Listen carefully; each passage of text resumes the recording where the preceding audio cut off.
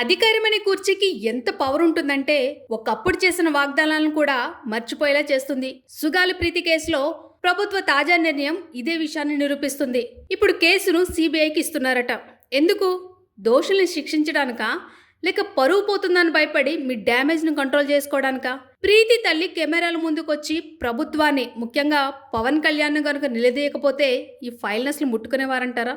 పవన్ కళ్యాణ్ గారు ప్రతిపక్షంలో ఉన్నప్పుడున్న మీ ఆవేశం, ఆక్రోశం ఇప్పుడు ఏమయ్యాయండి?